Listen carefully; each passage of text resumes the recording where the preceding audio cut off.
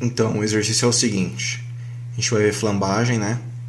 Então, a primeira coisa que você tem que saber sobre flambagem é o seguinte: temos 4 tipos de situações em que esse K, que é um fator, né? É um fator multiplicativo de flambagem. Justamente KL é o comprimento de flambagem, L é o comprimento da barra. Esse K varia para cada tipo de vínculo.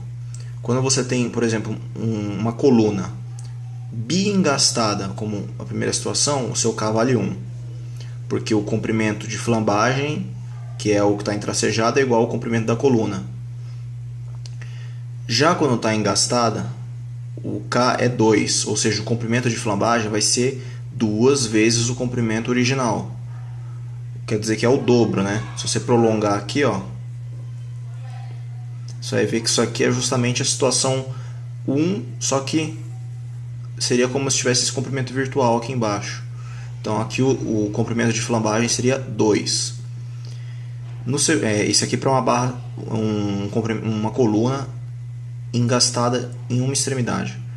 Agora, como você tem engastamento e articulação, no engastamento ele sai paralelo e forma essa barriguinha que é 70% o comprimento de flambagem, né, do comprimento original.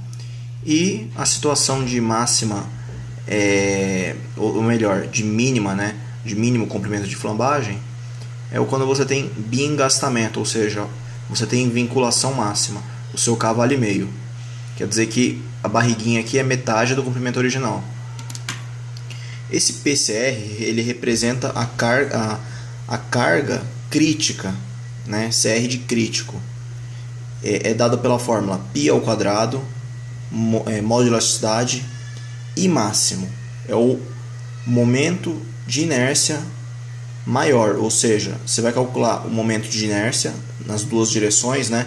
Você vai ter, por exemplo, vamos supor que a seção seja circular, seja retangular. Você vai calcular o momento de inércia na direção vertical e horizontal, e você vai adotar sendo o maior. Por quê? Porque a flambagem ela ocorre em torno do eixo de menor inércia, ou seja, que tem maior momento de inércia. Você usa o I máximo. E divide pelo comprimento de inércia do comprimento de flambagem ao quadrado. Ou seja, essa forma, dado o PCR, ele também define um σCr, uma tensão normal crítica, que é o PCR sobre a área. E isso tem que ser sempre menor ou igual à tensão de escoamento. Bom, aqui a gente tem um exercício, né? O exercício é o seguinte: o aço aqui, no caso, vamos falar que nossa tensão de escoamento, vou por aqui do lado, é de 250 MPa.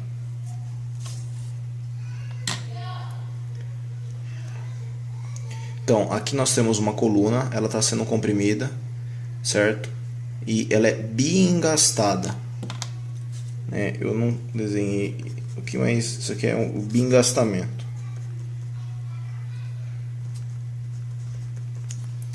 Ela está bem engastada. Ela está bem engastada. Aqui pede-se o diâmetro, né? A gente tem que dimensionar o diâmetro, sabendo somente o tensão de escoamento, comprimento de flambagem. A gente tem tudo da fórmula, né? O único que vai ficar realmente a incógnita aqui é o diâmetro. Então, módulo de elasticidade é 200 gigapascal. Ou seja, você passa de giga para MPa, isso aqui é 200 vezes 10 a terceira MPa, e a gente joga, né? Aqui o esforço normal vale 25 mil newtons. Substituindo todos os dados, né? O momento de inércia é πd a quarta sobre 64, que é o caso de um círculo, né? E 500 kl quadrado, né? Esse aqui é o kl quadrado. O 500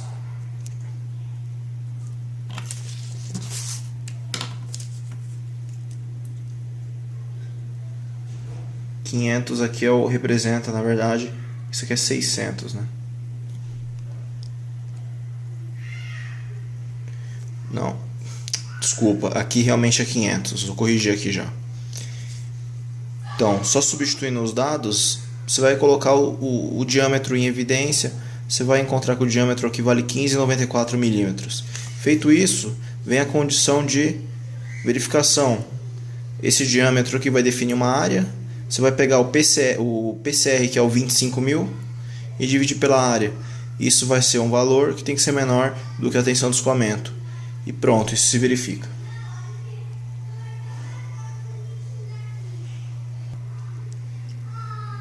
Bom, aqui a gente vai ver agora um outro exercício. A gente vai considerar como a gente vai ver a construção do círculo de Mohr, e você vai considerar como sendo um exercício esse desenho que representa o estado duplo de tensões. Então a gente tem essa figura.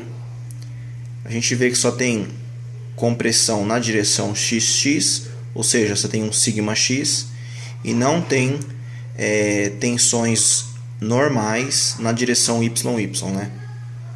Temos tensões de cisalhamento. E agora a gente vai construir o círculo de Mohr, né? Nosso ponto X, a gente vai olhar para esse canto. O ponto X, vamos ver. O ponto X vai ter coordenada X menos 8,7, porque é de compressão. E como está rotacionando anti-horário, vai ter uma ordenada de menos 7,5 MPa, que é o que a gente escreveu aqui. Então, esse é o ponto X. O ponto Y, a gente vai olhar para essa região aqui. Não tem sigma Y, né? Então, é zero a abscissa. E as tensões de cisalhamento nesse plano horizontal, ela gira horário, então é mais 7,5. Então, a gente vai colocar aqui, né, nossos pontos, ponto X, ponto Y. Feito isso, a gente vai simplesmente escrever esse ponto X e o ponto Y em uma região aqui do plano. Você simplesmente vai fazer um tracejado unindo o X e o Y, né? Essa é a sequência, essa é a primeira etapa. Próxima etapa, dá nome ao centro, C, né? Espeta o compasso em C, abre até Y, você tem o raio e traça o círculo de Mohr. Feito isso, também outra coisa que você tem que fazer. Aqui, o ponto que é mais afastado à direita, a gente chama de A. Esse A, ele sempre vai ter a maior tensão normal, que é σ1, positivo.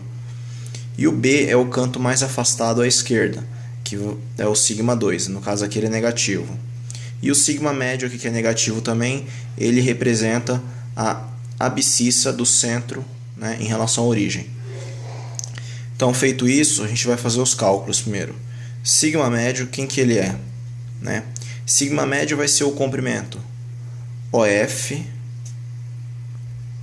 e dividir por 2, né? Esse segmento. Exatamente esse segmento dividido por 2. Aqui a gente vê, né, que x e y, isso aqui é justamente a projeção. Isso aqui é o de O a F, é o comprimento da projeção. A metade é o segmento OC, que é o sigma médio. Então ele é menos 4,35. Aí feito isso, a gente vê esse retângulo aqui CXF, né? Então a gente calcula o segmento CF. O segmento CF vai ser o segmento OF menos o segmento OC, que é justamente menos 4,35, né? Vamos para o cálculo das tensões de cisalhamento. Tensão de cisalhamento é justamente o tamanho do raio, né? São as tensões máximas de cisalhamento. Então a gente faz um Pitágoras em cima desse triângulo. A gente tem os dois catetos, né? Aqui é a própria ordenada, aqui a gente é o segmento CF. Feito isso, você tira um Pitágoras aqui que dá 8,67. O segmento σ1, o σ1 é justamente o OA, né? Que a gente pode pensar como sendo o sigma médio, né? Que é o sigma médio, não, perdão, o raio, né? Que é o segmento CA, menos o segmento OC, que é o sigma médio. Então dá mais 4,32. E o sigma 2, que ele é todo negativo, ele vai ser o segmento sigma médio mais o segmento OC, que é o CB, que é o próprio raio, dá menos 13 MPa. Bom, o ponto X você sempre vai traçar um ponto para o lado, o ponto do lado imediatamente que toca a circunferência. Esse é o polo. Para você determinar qual que é o plano em que ocorrem as máximas tensões, você vai unir o polo, você sempre vai unir o polo ao ponto A, que é o ponto mais afastado à direita. Ele vai definir o quê? Uma direção que, quando cortar esse elemento, essa direção aqui, ó, essa que eu vou tocar, ó, assim, assim, essas duas aqui são as direções horizontais. Como não tem tensão de cisalhamento no ponto A, por quê? Porque ele se encontra na coordenada sigma 1 e 0 ordenada, né? Então aqui não tem tensões de cisalhamento. Sempre esse ponto nunca terá tensões de cisalhamento. Então, nessa direção aqui você é o sigma 1, né? É a direção principal, e a direção secundária ocorrem as outras tensões, que é a tensão mínima, né? Que é o sigma 2. Então, nessa direção, nesse alinhamento, sigma 1, e na outra direção ocorre o sigma 2, que é o sigma mínimo. Aí você vai traçar também do polo ao ponto D, onde ocorrem as máximas tensões de cisalhamento, por isso que ele está no pico. E as tensões normais sempre serão sigma médio, no caso aqui a abscissa é negativa, então são todas de compressão. Todas são sigma M, por quê? Porque elas têm abscissa C.